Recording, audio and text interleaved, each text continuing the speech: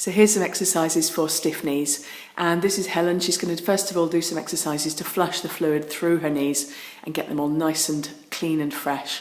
And so the first thing she's going to do is to swing her leg as though she's like 5 years old on a swing, and just really flush out the fluid through that knee.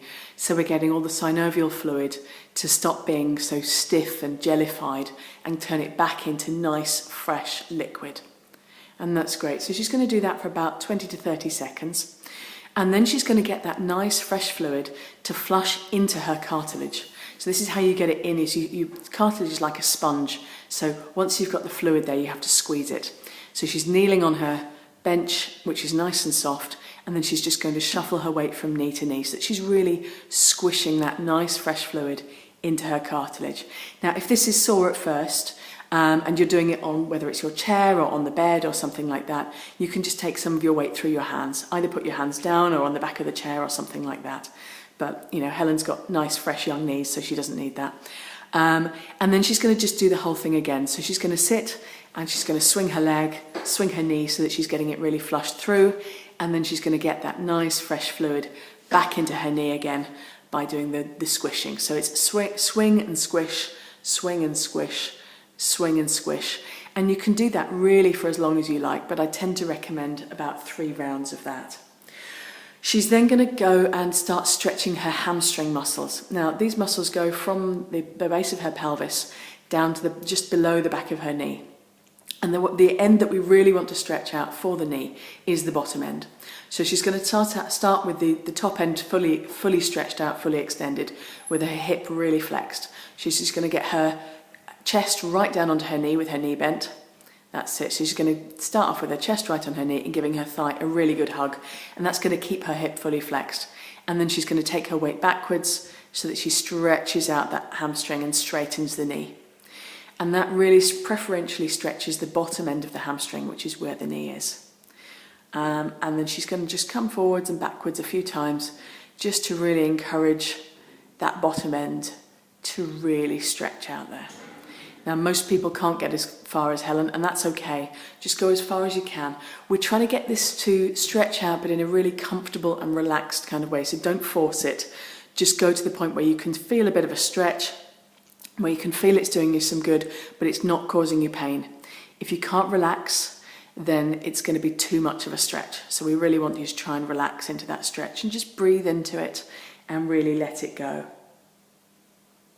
The next thing that we need to do to really get that knee as comfortable and as loose as we can is to stretch off the hip. And a really great way to do that is to do a glute release. So she's taking a tennis ball. Now, the tennis balls that we use aren't ordinary tennis balls.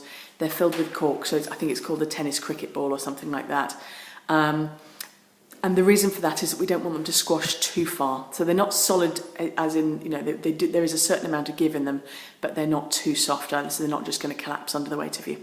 So she's going to be stretching out her left glute for this one. So she's going to put the ball underneath her left glute. And again, she's just going to find a spot that's particularly tight or tender around the back of the hip somewhere. And then she's going to make sure that her left leg stays relaxed. So a good way to do that is to pop her left foot up onto the bench or onto the arm of the sofa or whatever you're using. But it just helps you to remind you to really relax that left leg. And then she's going to use her right foot to manoeuvre herself over the ball so that she finds a really tight, tender spot. And again, gets as much weight through it as she can comfortably manage. Again, she has to be able to relax when she does this. If she can't relax, her muscles will fight back and she won't get a really good release on the muscle. And she's just going to keep the ball there, so she's not sort of wobbling over it or wriggling over it. She's just keeping the ball in one space and taking breaths as she really focuses on that ball releasing into the muscle and letting the ball sink into the muscle. And once she's taken a few breaths in one position, she's just going to move the ball very slightly and find another sore spot. And then she's going to do exactly the same again. So she'll shuffle the ball maybe ½ an inch, find another tight spot, and then really let it sink in, let it relax, and get the muscle to go very, very soft and very relaxed, which allows space in the hip. And then finally, having released and created space around her hip, she's going to start using those muscles that she's just stretched out. So she's going to use her hamstrings and use her glutes. And she's also going to use the proprioceptors, the little nerve endings in her knee joints that really help, that this is what the knee's all about. It's to tell you where your body is in space.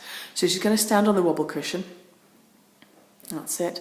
And she's really trying to stand on the air rather than on the ground. So she's getting her weight right into the middle of the cushion. And then she's going to go down into a mini squat.